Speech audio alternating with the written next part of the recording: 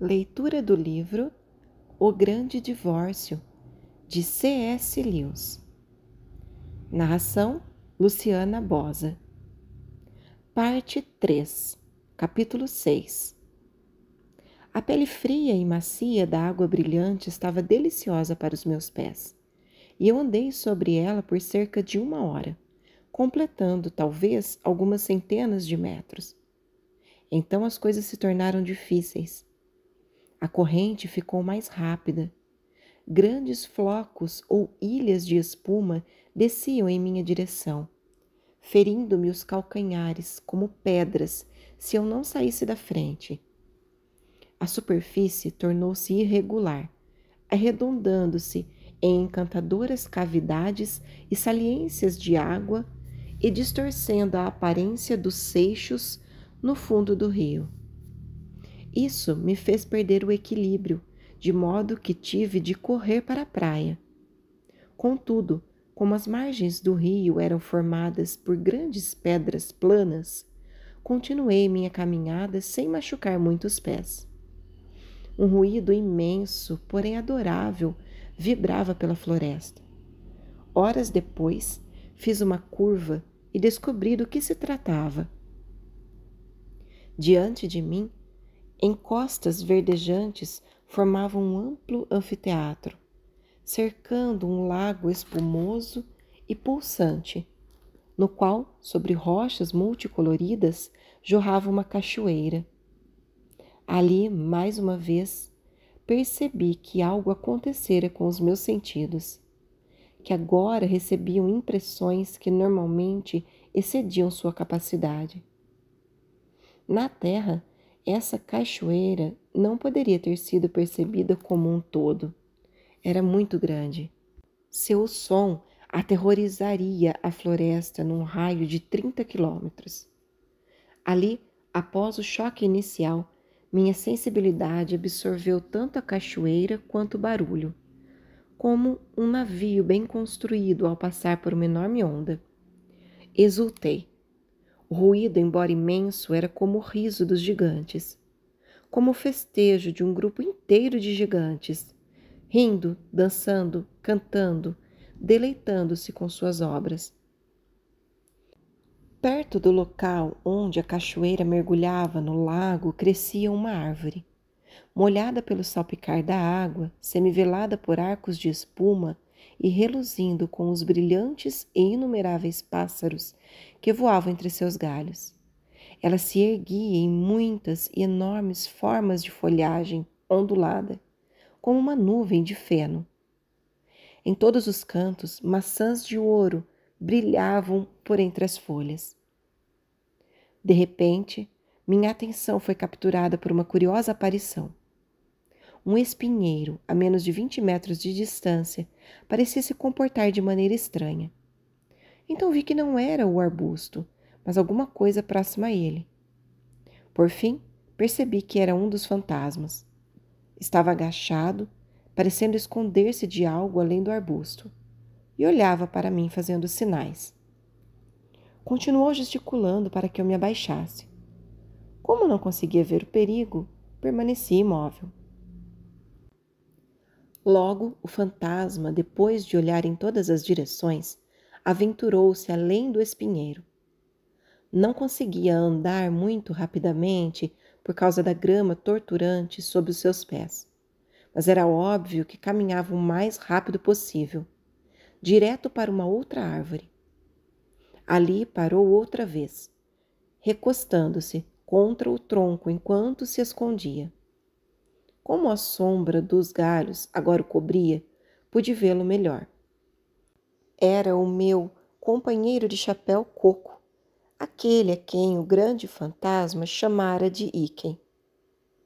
Depois de ofegar junto à árvore por cerca de 10 minutos e fazer um reconhecimento cuidadoso do solo à sua frente, ele correu para outra árvore, o mais rápido que pôde. Assim, com esforço e cautela infinitos, levou cerca de 1 hora para chegar à grande árvore, isto é, a pouco menos de 10 metros dela. Neste ponto, aquietou-se. Ao redor da árvore crescia um cinturão de lírios, algo que, para o fantasma, representava um obstáculo intransponível. Andar sobre os lírios seria o mesmo que pisar em uma mina terrestre. Deitou-se e tentou rastejar entre as flores, mas eram próximas demais umas das outras e não se curvavam. O tempo todo ele parecia estar assombrado pelo medo de ser descoberto. A cada sussurro do vento, parava e encolhia-se. Em uma das vezes, só de ouvir o cantarolar de um pássaro, voltou com esforço para o seu último local de cobertura. Mas depois o desejo tornou a persegui-lo, e ele se arrastou mais uma vez para a árvore. Viu apertar as mãos e contorcer-se na agonia de sua frustração. O vento parecia ficar mais forte. Viu o fantasma torcer as mãos e levar o polegar à boca. Sem dúvidas, ele estava cruelmente prensado entre dois caules de lírios quando a brisa os balançou. A seguir, ocorreu uma verdadeira rajada. Os galhos da árvore começaram a chacoalhar. Momentos depois, um punhado de maçãs caiu sobre o fantasma e ao seu redor, levando-o a um grito estridente. De súbito, porém, aquietou-se. Tive a impressão de que o pesado fruto dourado que caíra sobre ele o havia ferido. Certamente foi por isso que durante alguns minutos não conseguiu se levantar. Ficou se queixando, cuidando dos ferimentos. Mas logo voltou ao trabalho, pois pude vê-lo tentando encher febrilmente os bolsos com maçãs. Naturalmente foi inútil. Era nítido como sua ambição aos poucos desfalecia. Primeiro desistiu da ideia de encher um bolso. 2 maçãs seriam suficiente. Depois desistiu da ideia de 2 maçãs. Pegaria apenas o maior fruto. Então, também desistiu dessa última ideia, e agora procurava levar o menor fruto. Tentava descobrir se encontrava uma maçã pequena o suficiente para carregar. O incrível foi que ele conseguiu. Lembrando-me do peso daquela folha que tentara levantar, não pude deixar de admirar essa criatura infeliz quando a vi se levantar e cambalear, segurando nas mãos a menor das maçãs. Capengava por causa das dores e o peso o fazia curvar ainda mais. Mesmo assim, centímetro após centímetro, ainda se valendo de cada pequeno esconderijo à sua frente, partiu em sua via dolorosa para o ônibus, carregando sua tortura. Tolo, solte isso! Ordenou uma grande e repentina voz, diferente de qualquer outra que ouvira até então. Era uma voz estrondosa, porém límpida. Com convicção e espanto, soube que era a própria cachoeira falando. Pois agora via que, embora não deixasse de parecer uma cachoeira, também era um anjo reluzente, que estava como alguém crucificado, reclinado contra as rochas, derramando-se perpetuamente e fluindo para a floresta com grande alegria. Tolo, insistiu o anjo, solte isso. Você não pode levá-lo de volta. Não há lugar para esse fruto no inferno. Fique aqui e aprenda a comer essas maçãs. As próprias folhas e as hastes da grama terão prazer em lhe ensinar. Se o fantasma ouviu ou deixou de ouvir, não sei. De qualquer forma, depois de fazer uma pausa de alguns minutos, preparou-se novamente para enfrentar suas agonias e continuou a caminhar com cautela ainda maior, até que o perdi de vista. Capítulo 7. Embora tenha observado com alguma complacência os infortúnios do fantasma de chapéu, descobri que não conseguia suportar a presença do gigante da água ao ficar a sós com ele. O gigante parecia não me dar atenção, mas fiquei constrangido. Acredito que os meus movimentos denotavam certa indiferença, enquanto me afastava daquelas pedras planas, indo o rio abaixo novamente. Eu estava começando a me sentir cansado. Olhando para os peixes prateados que se lançavam sobre o leito do rio, desejei muito que a água fosse permeável também a mim. Adoraria poder mergulhar. Pensando em voltar, inquiriu uma voz próxima de mim. Virei-me e vi um fantasma alto, recostado contra uma árvore, mascando um charuto fantasmagórico. Era o espírito de um homem magro, endurecido, cabelos grisalhos e voz rouca, mas instruída. O tipo de homem que instintivamente sempre considerei confiável. Ainda não sei, respondi. E você? Sim, acho que vi tudo o que há para ver, ele replicou. Não pensa em ficar? É tudo propaganda, argumentou. É claro que nunca houve nenhuma dúvida sobre a nossa estadia. Você não pode comer o fruto e não pode beber a água. Além disso, leva uma eternidade para caminhar sobre a grama. Um ser humano não conseguiria viver aqui. Toda essa conversa de ficar não passa de um golpe publicitário. Por que veio, então? Ah, não sei. Só para dar uma olhada. Sou do tipo que gosta de ver as coisas por si próprio. Por onde vou, sempre averiguo qualquer coisa que está sendo elogiada. Em minha viagem para o Oriente, visitei Pequim. Em minha viagem para... Como era Pequim? Nada de especial, somente uma maldita muralha dentro da outra. Não passa de uma armadilha para turistas. Já andei por quase todo lugar. Cataratas do Niágara, pirâmides, Salt Lake City, Taj Mahal. Como foi viajar para lugares assim? Honestamente, não valeu a pena. Não passam de acrobacias publicitárias, orquestradas pelas mesmas pessoas. Existe um complô mundial que apenas pega um atlas e decide onde haverá um ponto turístico. Não importa a escolha, qualquer coisa serve, desde que a publicidade seja devidamente gerenciada. E você morou lá embaixo, na cidade, por um tempo, certo? No que chamam de inferno? Sim, outro fiasco. Levam você a acreditar que verá fogo abrasador, demônios e todo tipo de pessoas interessantes gritando em prisões. Henrique VIII e gente do tipo. Só que, ao ir para lá, percebe que não passa de uma cidade qualquer. Prefiro aqui em cima, comentei. Particularmente, não vejo o porquê de tanto alarde sobre o assunto, disse o fantasma cínico. É como qualquer outro parque, e muito desconfortável. Parece haver uma ideia de que, se alguém ficar aqui, acabará bem mais sólido, mais adaptado. Já ouvi falar, disse o fantasma, a mesma mentira de sempre. Me contaram esse tipo de coisa a vida toda. Na infância, disseram-me que, se eu fosse um bom menino, seria feliz. E na escola me disseram que o latim ficaria mais fácil com o tempo. Depois, após um mês de casado, algum tolo me disse que, embora o relacionamento fosse difícil no começo, com tato e paciência, eu logo sossegaria e passaria a gostar da vida conjugal.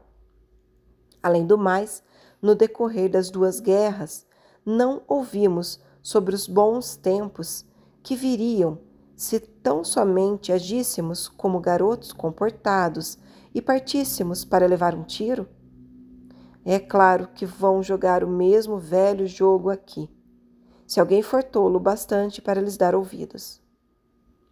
Mas quem são eles? Este lugar não pode ser administrado por alguém diferente?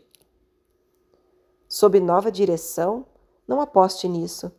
Nunca há uma nova direção. Você sempre encontrará o mesmo círculo de poder. Sei tudo sobre isso, meu caro. A boa e dócil mãe vem ao seu quarto e e consegue extrair tudo o que deseja saber a seu respeito. Mas você sempre acaba descobrindo que ela e o pai são, na verdade, a mesma organização. Não descobrimos que ambos os lados, em todas as guerras, são gerenciados pelas mesmas empresas de armamento? Ou pela mesma firma que está por trás dos judeus, do Vaticano, dos ditadores, das democracias e tudo mais? Tudo isso aqui em cima é administrado pelas mesmas pessoas que gerenciam a cidade. Estão apenas zombando de nós. Pensei que estivessem em guerra. Claro que pensou. Essa é a versão oficial. Mas quem já viu qualquer prova disso? Ah, eu sei que é isso que eles falam. Só que, se há mesmo uma guerra, por que não fazem algo a respeito? Você não percebe que, se a versão oficial fosse verdadeira, os camaradas daqui de cima atacariam a cidade e a exterminariam? Força eles têm. Se quisessem resgatar todos nós, poderiam fazê-lo. Mas é óbvio que a última coisa que desejam é acabar com essa suposta guerra. O jogo não pode parar.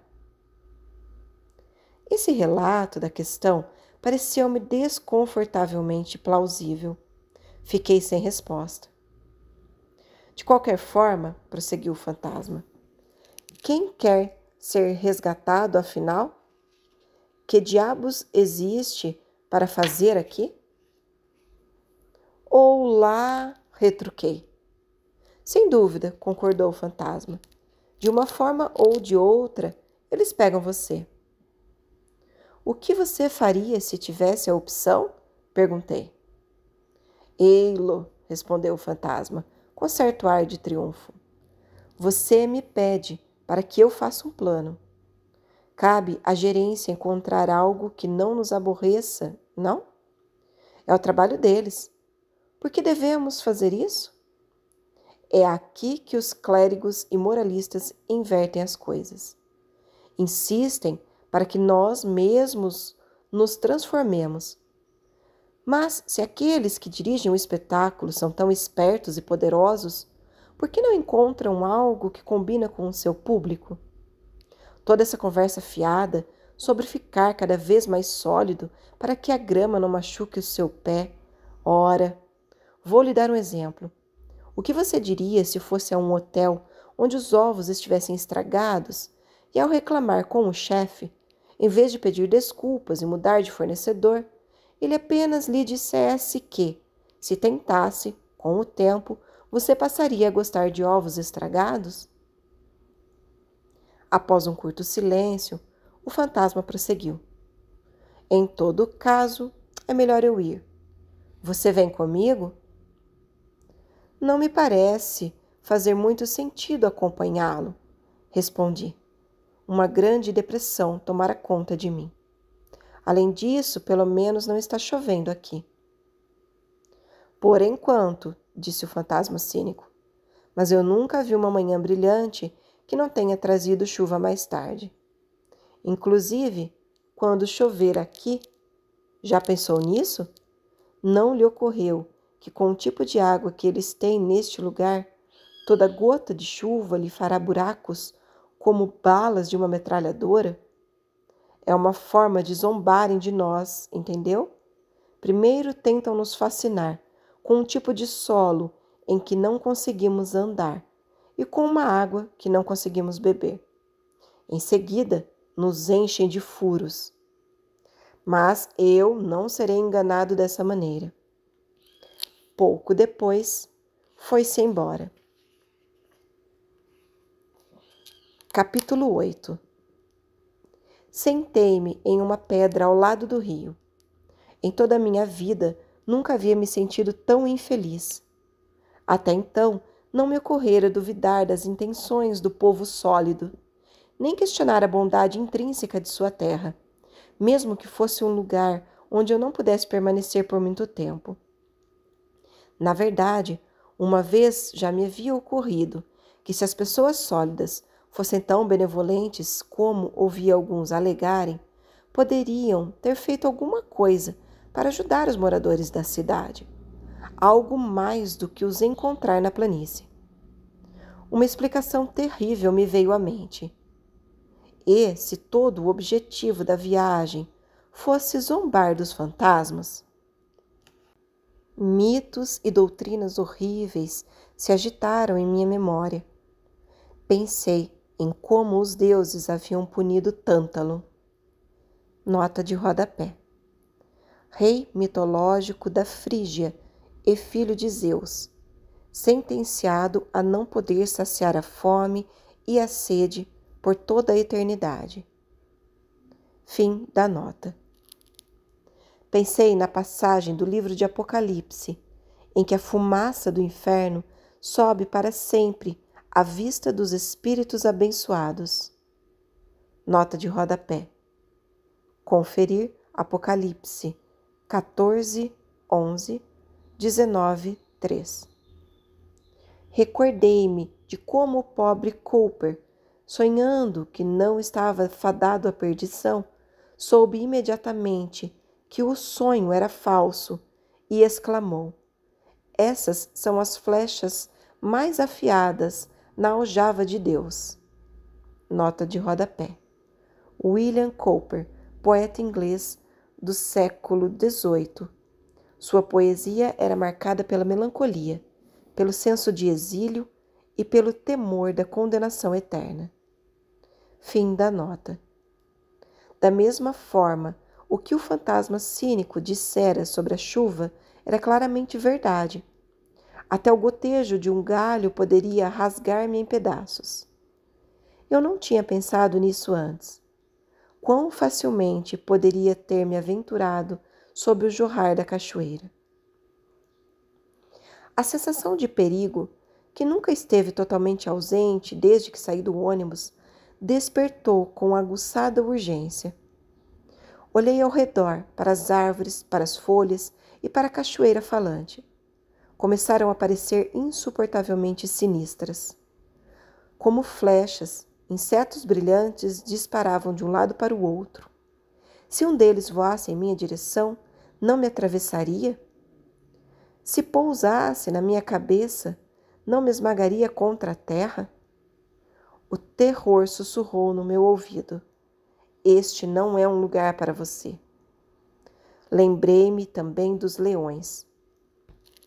Sem um plano muito definido, levantei-me e comecei a me afastar do rio, em direção ao lugar onde as árvores cresciam mais próximas umas das outras. Ainda não tinha decidido se retornaria para o ônibus, mas queria evitar espaços abertos. Se ao menos pudesse encontrar um indício de que aquele era um local em que o fantasma realmente poderia ficar, de que a opção não era apenas uma comédia cruel, eu não retornaria. Enquanto isso, prossegui cautelosamente, mantendo um olhar atento. Cerca de meia hora depois, cheguei a uma pequena clareira, com alguns arbustos no centro. Ao parar, me perguntando se ousaria atravessá-la, percebi que não estava sozinho.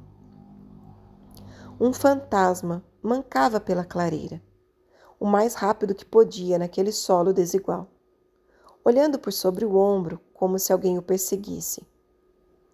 Vi que o fantasma tinha sido uma mulher bem vestida, pensei, embora seus traços de elegância parecessem horríveis à luz da manhã. Ela caminhava em direção aos arbustos, porém não podia realmente os penetrar. Os galhos e as folhas eram duros demais. Entretanto, aproximou-se deles o máximo que pôde. Parecia acreditar que estava escondida.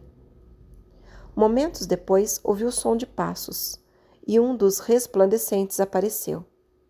Sempre notávamos aquele som, visto que nós, fantasmas, não fazíamos qualquer barulho ao caminhar. Vá embora, gritou o fantasma. Vá embora. Você não vê que eu quero ficar sozinha? Mas você precisa de ajuda, replicou o sólido. Se tiver ao menos um vestígio de decência, Vai se afastar, objetou o fantasma. Não preciso de ajuda. Quero ficar sozinha. Vá embora. Não sabe que não posso andar rápido o suficiente nesses espinhos horríveis para fugir de você? É um horror da sua parte tirar vantagem disso. Ah, não se preocupe, disse o espírito. Vai ficar tudo bem. Só que você está indo na direção errada. É para o outro lado, para as montanhas que precisa ir. Pode se apoiar em mim o trajeto todo. Não posso carregá-la de fato, mas você não precisará pôr nenhum peso sobre os pés e se machucará menos a cada passo. Não tenho medo de machucados, você sabe disso. Qual é o problema, então? Ainda não entendeu? Você realmente acha que vou aparecer assim diante de todas aquelas pessoas? Por que não? Nunca teria vindo se soubesse que todos vocês estariam vestidos desse jeito. Amiga, como você vê, eu nem sequer estou vestido. Não foi o que eu quis dizer. Por favor, vá embora. Você não pode nem ao menos me dizer o motivo? Se não entende, nem é preciso explicar. Como posso aparecer deste jeito perante tantas pessoas com corpos reais, sólidos? Seria melhor vagar nua pela terra. Neste lugar, todos conseguem olhar através de mim. Entendo sim. Éramos todos um pouco fantasmagóricos quando chegamos. Mas depois passa. Venha, você consegue. Só que eles vão me ver. E qual é o problema? Prefiro morrer. Mas você já morreu. Não adianta ignorar este fato. Então, o fantasma exprimiu um som, algo entre um soluço e um rosnado. Gostaria de nunca ter nascido, esbravejou. Por que nascemos? Para a felicidade sem fim, respondeu o espírito. Poderá desfrutá-la a qualquer momento. Mas é como eu estou dizendo, eles vão me ver. Daqui a 1 hora, você não se importará mais com isso. Daqui a um dia, rirá da situação. Você não se lembra de como, na terra, havia coisas quentes demais para tocarmos, mas não quentes demais para bebermos? Assim é a vergonha. Se a aceitar, se beber o copo até o fim, perceberá que é muito nutritiva. Por outro lado, se tentar fazer qualquer outra coisa com ela, acabará escaldada. Mesmo? Perguntou o fantasma, fazendo depois uma pausa. Meu suspense foi elevado às alturas. Senti como se o meu próprio destino dependesse da resposta. Poderia ter caído aos pés dela e implorado para que cedesse. Sim, venha e experimente, assegurou o espírito. Por pouco pensei que o fantasma obedeceria. Certamente ele se mexeu, mas de repente gritou. Não, não posso. Realmente não posso. Por um momento, enquanto você falava, cheguei a pensar. Mas na hora da decisão, você não tem o direito de me pedir para fazer algo assim. É revoltante. Jamais me perdoaria se sucumbisse. Jamais, jamais. Além disso, não é justo. Deveriam ter nos avisado. Nunca teria vindo. Agora, por favor, vá embora. Amiga, indagou o espírito, você poderia apenas por um momento pensar em qualquer outra coisa além de si mesma? Já lhe dei minha resposta, retrucou friamente o fantasma, ainda que com lágrimas. Se é assim, só me resta uma coisa a fazer, concluiu o espírito.